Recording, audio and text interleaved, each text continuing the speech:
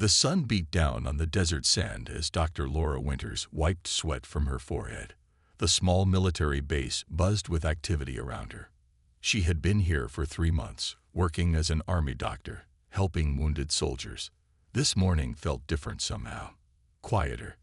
The air seemed heavy with something she couldn't name. Laura walked to the medical tent, her boots crunching on the hard ground. Inside, she checked her supplies and prepared for the day ahead. She had trained for years to become a battlefield surgeon. Her hands were steady, her mind sharp.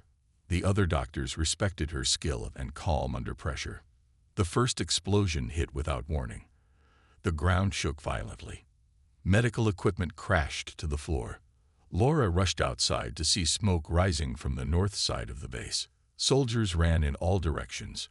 Gunfire erupted, but it sounded strange, not like normal weapons. "Doc, we need you," a voice shouted. 2 soldiers carried a third between them, blood soaking through his uniform. Laura helped them into the medical tent and got to work immediately. "What's happening out there?" she asked as she cut away the wounded man's shirt. "I don't know," one soldier answered, his voice shaking. "They came out of nowhere. Not like any enemy we've ever seen." More wounded arrived.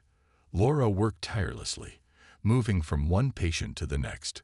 Her hands became slick with blood, but her movements never faltered. Outside, the battle grew more intense. Strange lights flashed across the sky. The sounds of unfamiliar weapons grew louder. A young lieutenant burst into the tent. "Evacuation orders. Everyone to the transport vehicles now." Laura looked up from the chest wound she was closing. "I have 3 critical patients who can't be moved yet." "Doctor, that's an order. This base is being overrun." "Then go," Laura said firmly. "I need 10 more minutes to stabilize these men. I'll catch the last transport." The lieutenant hesitated, then nodded and left. Laura returned to her work, blocking out the chaos around her. The screams, the explosions, the strange humming sound that seemed to be getting closer. When the tent flap opened again, Laura expected to see more wounded. Instead, she froze in shock. The creature standing there wasn't human. It stood 7 feet tall, with gray-blue skin, and 4 glowing yellow eyes. Its body was covered in what looked like armor that moved fluidly, almost like a living thing. More of them entered behind the first. Laura stood protectively in front of her patients. "These men are wounded. They need medical attention," she said, unsure if these beings could even understand her. The lead creature made a series of clicking sounds to the others. It approached Laura, studying her with those unblinking yellow eyes. Then it looked at her patients and the medical tools in her hands. In perfect, yet oddly accented English, it said, "You try to save these humans, even when defeat is certain." Interesting. Before Laura could respond, the creature raised a weapon. 3 quick bursts of energy hit each of her patients. They died instantly, without even a sound. "No." Laura lunged forward, but strong hands grabbed her arms. The creatures dragged her outside into blinding sunlight. The base was transformed. Strange ships hovered overhead, much larger than any aircraft Laura had ever seen. Bodies lay everywhere. Some human, some definitely not. The last transport was just taking off, rising quickly into the sky. The lead creature spoke again. "You are Vrakan prisoners now. Your healing skills interest us. You will serve the Imperium." Laura was forced up a glowing ramp into one of the ships. The door sealed behind her with a hiss. Through a small window, she watched Earth grow smaller as the ship rose. Her world, her life, everything she knew, gone in an instant. The journey into darkness had begun. Laura woke with a pounding headache. Cold metal pressed against her back. She blinked several times as her eyes adjusted to the strange bluish light. This wasn't a dream. She really had been taken by aliens. The room around her looked like some kind of medical bay, but unlike any she had seen before. Tools hung on the walls, some familiar in purpose but alien in design. A few beds similar to the one she lay on lined the walls. On two of them lay injured Vrakan soldiers. Laura sat up slowly. No restraints held her down, which surprised her. The door slid open on the far wall. A smaller Vrakan entered, wearing something that resembled a medical uniform. It noticed Laura was awake and approached. "You will observe," it said in that same oddly accented English. "Learn Vrakan medical practices." Before Laura could respond, the alien doctor took a device from the wall. It approached one of the injured soldiers whose leg was badly wounded. Laura expected some kind of treatment. Instead, the doctor pressed the device to the soldier's neck. The wounded Vrakan convulsed once, then went still. "What did you just do?" Laura asked, horrified. "This warrior cannot fight. His use is ended," the alien doctor said simply. It moved to the next bed, where another Vrakan lay with what looked like a serious chest wound. Laura jumped to her feet. "Wait, let me see him first." The alien doctor turned those unnerving yellow eyes toward her. "You dare interrupt?" Laura approached slowly, hands raised to show she meant no harm. "I'm a doctor. I might be able to help." The alien made a sound that might have been laughter. "Human medicine is primitive." "Then you have nothing to lose by letting me try," Laura said. Before the alien could respond, a commotion erupted outside. The door slid open again. Several Vrakan warriors carried in another injured soldier. This one wore more elaborate armor with strange symbols. The warriors placed him on an empty bed with unusual care. "Ship Commander Krasthar is injured," one warrior announced. "Save him." The alien doctor approached, examining a deep wound in the commander's side. Laura could see uncertainty in its movements. This was someone important, and the doctor was afraid. "This wound reaches vital organs," the doctor said. "Treatment is—" "Wait," Laura interrupted. She moved closer, examining the injury. "This type of wound I've treated before. The damage looks worse than it is." The warriors growled, moving to block her, but the commander raised a hand weakly. "Let human speak." Laura pointed to various instruments on the wall. "I need something to clean the wound, something to close it, and something for pain." The alien doctor hesitated, then gathered the tools Laura requested. With all eyes watching her, Laura began working. Her hands moved with practiced precision. She cleaned the wound, identified the damaged tissues, and carefully repaired each layer. "His organ structure is different, but the principles are the same," she explained as she worked. "Stop the bleeding, repair the damage, close the wound." After nearly an hour, Laura stepped back.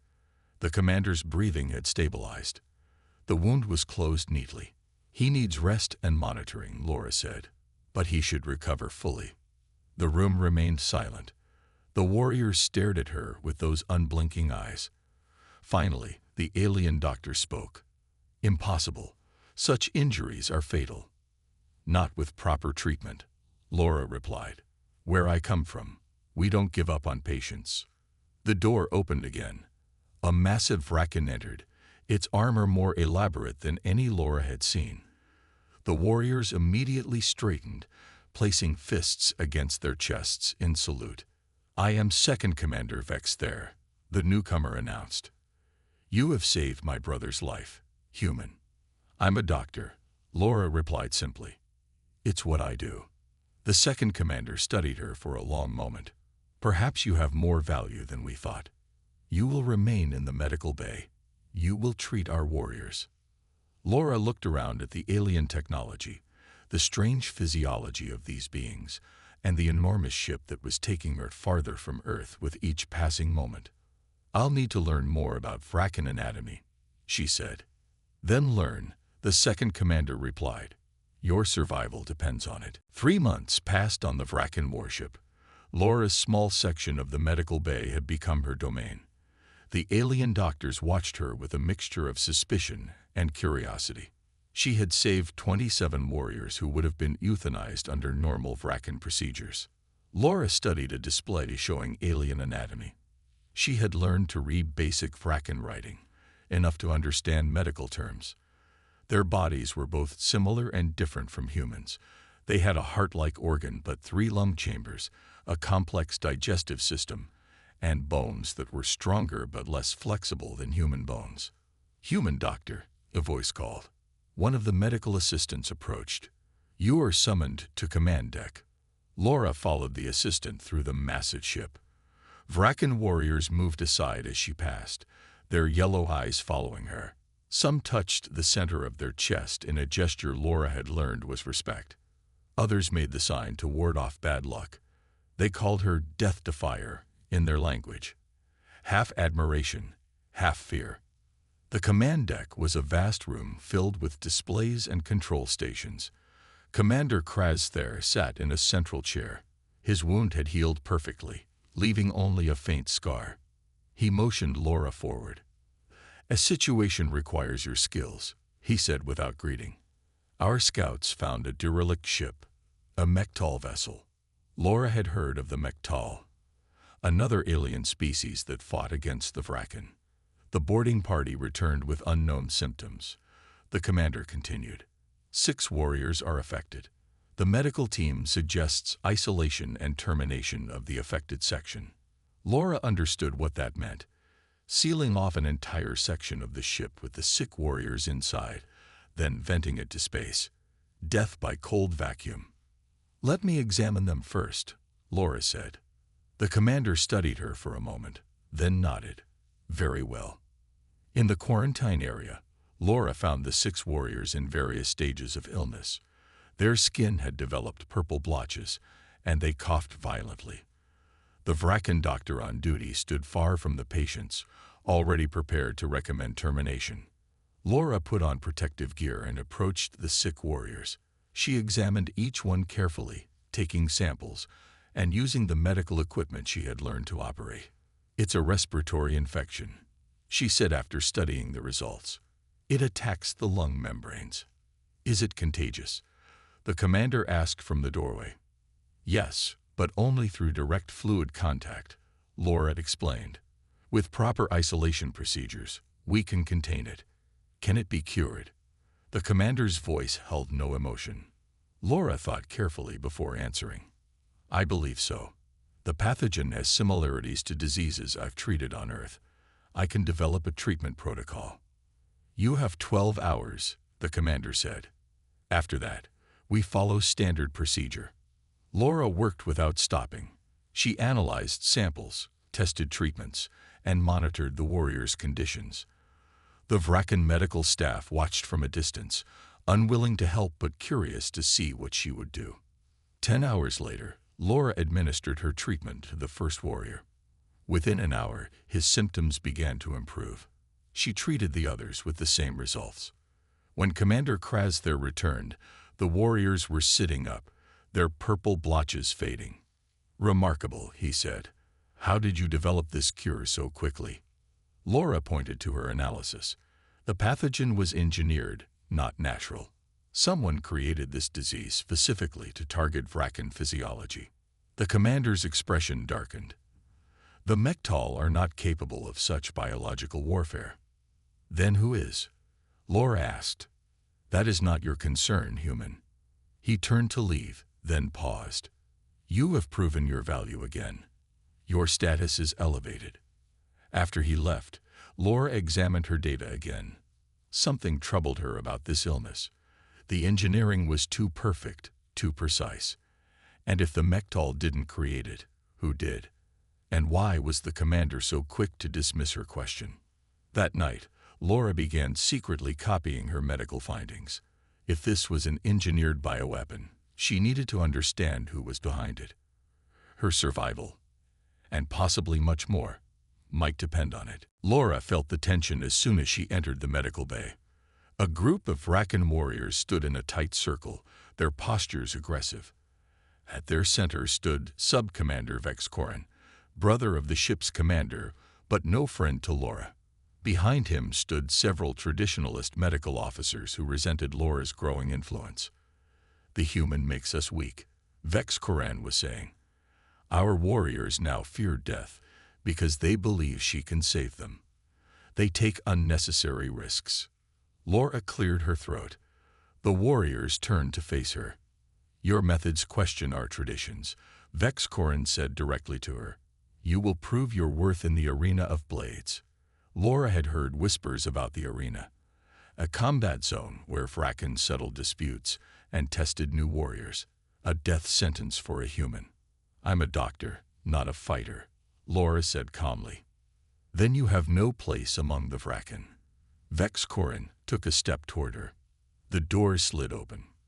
Commander Krasther entered, his imposing figure causing the warriors to straighten. "My brother makes a valid point," the commander said. "Your value must be proven through combat." Laura's heart sank, but the commander continued. "However, the human need not fight herself. She will serve as medical support for the Broken Ones." Murmurs spread through the group. The Broken Ones were disgraced warriors forced to fight in the arena until death. "Her skills against their wounds," Krasther explained. "If they survive and win, she proves her worth." Vex Corin seemed disappointed, but nodded. "The arena matches begin tomorrow. 3 bouts for the Broken Ones. We shall see if human medicine helps them survive even one." Later that day, Laura was taken to meet the Broken Ones. In a small, dimly lit chamber, 5 Fracken waited. Their armor was plain, lacking the colorful markings of honor. Some bore old scars or missing limbs that had never been treated properly. "These warriors failed in battle or disobeyed orders," her guard explained. "They fight until death restores their honor." One warrior stepped forward, taller than the others, with a badly healed scar across his face. "I am Dravmor. We do not need a human's help. I'm Laura, and you'll need all the help you can get if you want to survive tomorrow." Dravmor growled, but another warrior, missing part of one arm, spoke up. "I am Zik. What can you do for us, human healer?" Laura looked at their injuries, their poorly maintained armor, their weary eyes. "I can keep you alive, but I need to examine each of you first." Reluctantly, they allowed her to check their old wounds. Laura made notes on a data pad she had been given. "I'll need medical supplies, repair tools for their armor, and access to the arena during the fights." "Impossible," her guard said. "No one but combatants enters the arena." "Then I'll need a communication device and a way to treat them between bouts," Laura insisted. That night, Laura worked with what little she had been given. She created makeshift medical kits, studied recordings of previous arena fights, and prepared strategies for each warrior based on their strengths and weaknesses. Morning came too quickly. Laura stood with the Broken Ones in a holding area. Through a barrier, she could see the arena, a large circular space surrounded by seated Fracken. The air filled with their clicking sounds of excitement. "First bout begins soon," the voice announced. "Dravmor against Champion Krogval." Dravmor turned to Laura. "If I die, it will be with honor." "You won't die," Laura said firmly. "Not if you follow my instructions." The barrier opened. Dravmor stepped into the arena, his worn armor dull compared to the gleaming plates of his opponent. Laura watched anxiously, knowing her own fate rested on her ability to keep these warriors alive against impossible odds. The arena erupted in roars as Dravmor fell hard to the ground. His opponent, Champion Krogval, stood over him with a curved blade ready to deliver the final blow. Laura gripped the barrier, heart pounding. "Roll left." "Now," she shouted through the communication device she had given Dravmor. The fallen warrior obeyed instantly, narrowly avoiding the blade.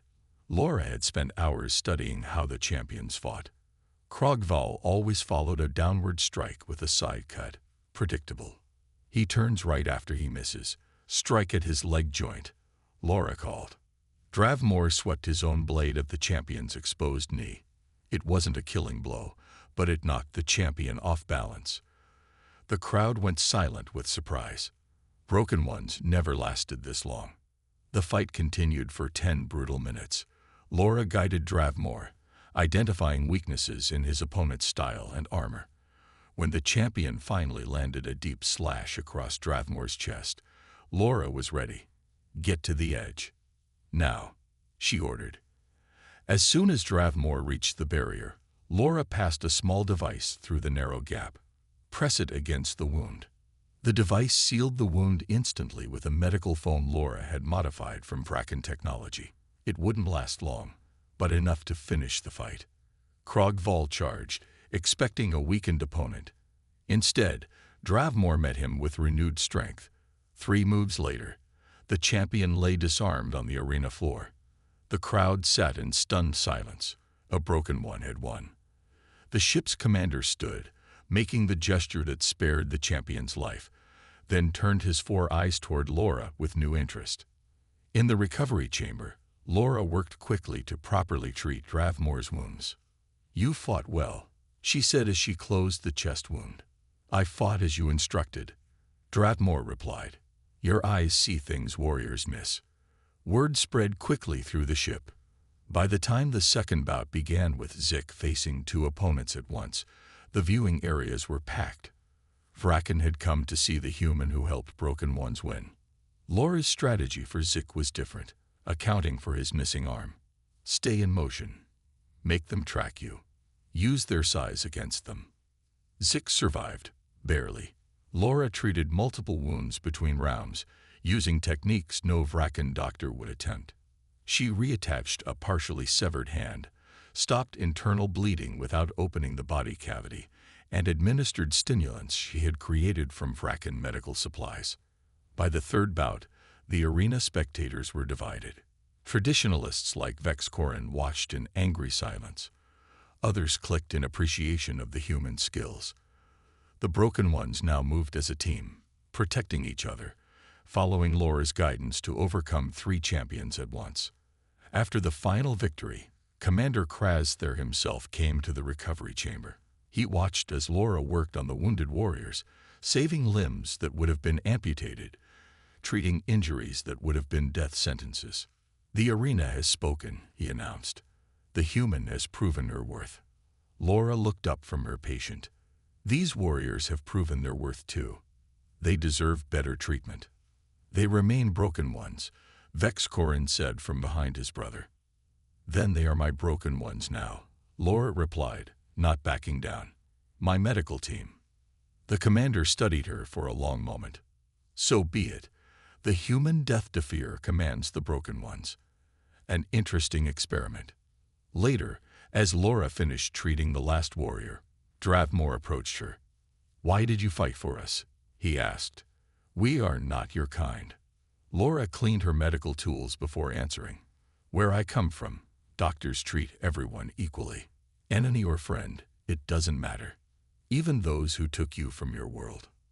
Laura looked at the warrior. "Even them. That's what makes us different from you. It's not weakness. It's our strength." Dravmore touched his chest in the Vraken gesture of respect. "Then perhaps humans have something to teach us after all." 4 months after the arena victories, the medical bay had transformed. Laura's section had expanded. The Broken Ones served as her staff, trained to assist with procedures. Vraken warriors now requested her treatment specifically, calling her the Weaponizer, a title of respect meaning one who restored broken warriors to fighting strength. Laura finished repairing a complex nerve injury on a warrior who had been carried in unconscious just hours before. With her new techniques, he would regain full use of his arm, something impossible under traditional Vraken medicine.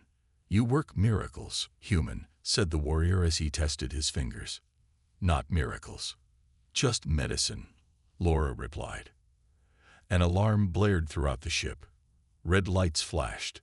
Laura recognized the pattern. Battle stations. "Major engagement," Dravmore reported, entering the medical bay. "Coalition forces ahead. Prepare for casualties." The Coalition, an alliance of species resisting Vraken expansion. Laura had heard about them from wounded warriors' conversations. Some said they were monsters. Others admitted they were formidable opponents. Within minutes, the ship shuddered from weapons fire. The battle had begun. Laura prepared her equipment and staff. This would be her first major battle as chief medical officer. The casualties arrived soon after. Dozens of injured warriors poured into the medical bay. Laura and her team worked frantically, sorting patients by severity, applying emergency treatments, performing surgeries. Hours into the battle, a massive explosion rocked the ship. The lights flickered. Emergency barriers slammed down, sealing off sections of the ship. Laura found herself trapped in a medical subbay with 3 injured Vraken and 2 strange aliens in unfamiliar uniforms. Coalition soldiers, Dravmore warned through Laura's communicator. The ship has been boarded. That section is cut off. We cannot reach you. The Coalition soldiers regained consciousness first. They looked humanoid, but with greenish skin and ridged foreheads. They backed into a corner, clearly expecting to be killed. Laura approached slowly, hands raised. I'm a doctor. I'm human, not Vraken. Let me help you.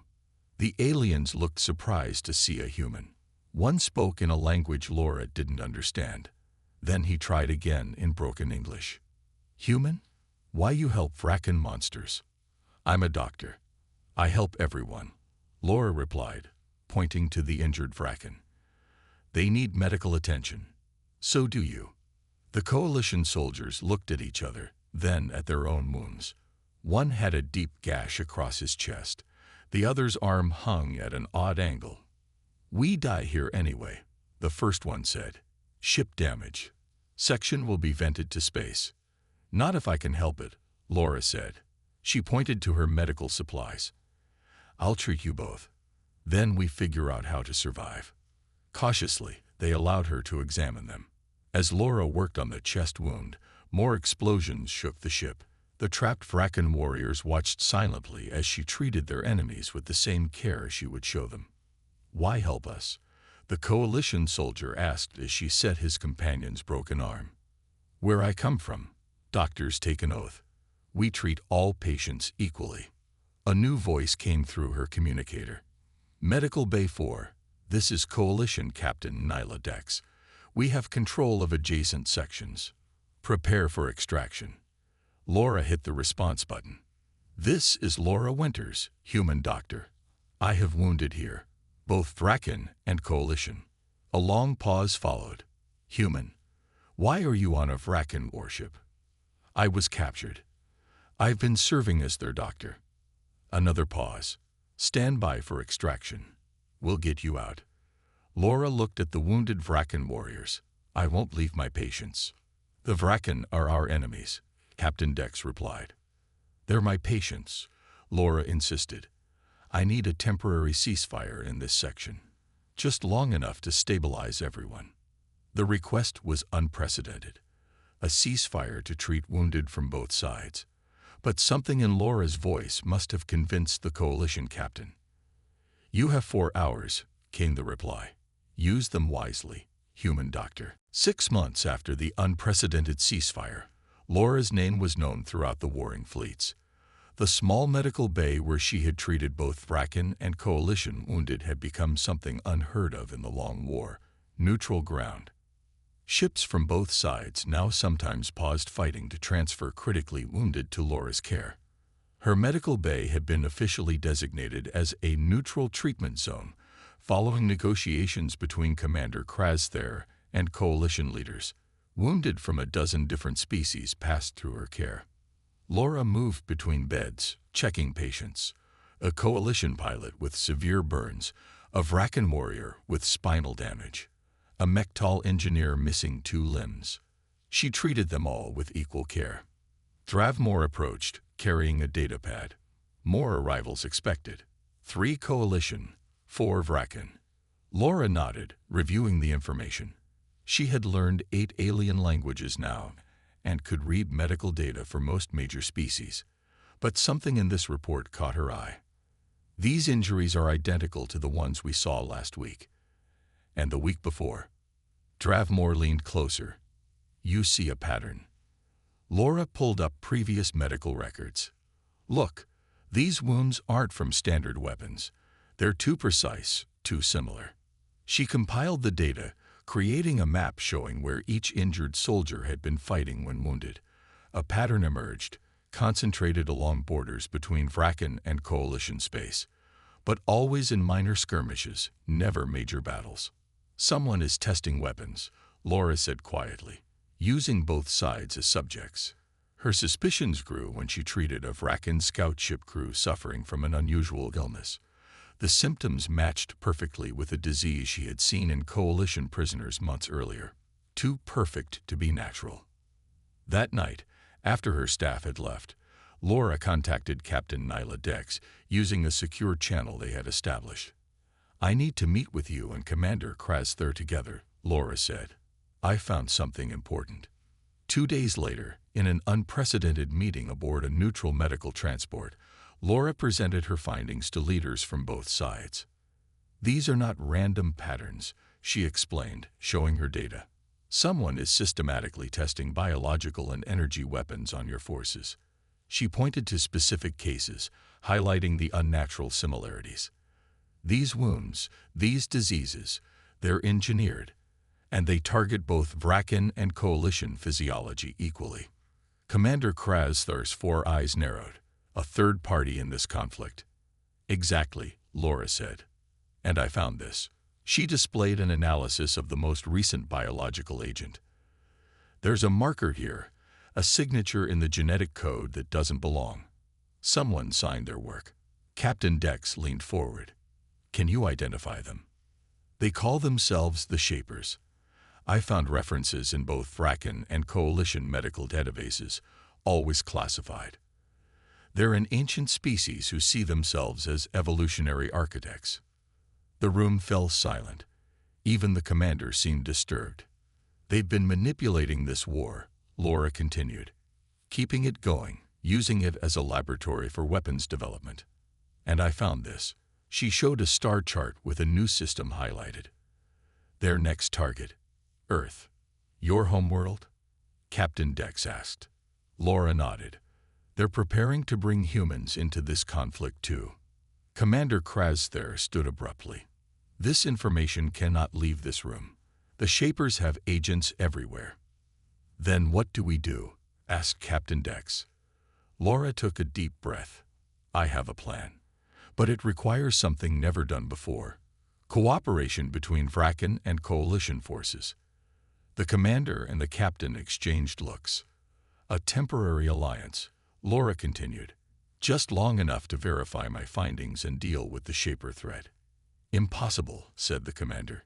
"Generations of war cannot be set aside so easily." "Then we all lose," Laura replied. "The Shapers will continue using us against each other. And Earth will be next." The room fell silent again.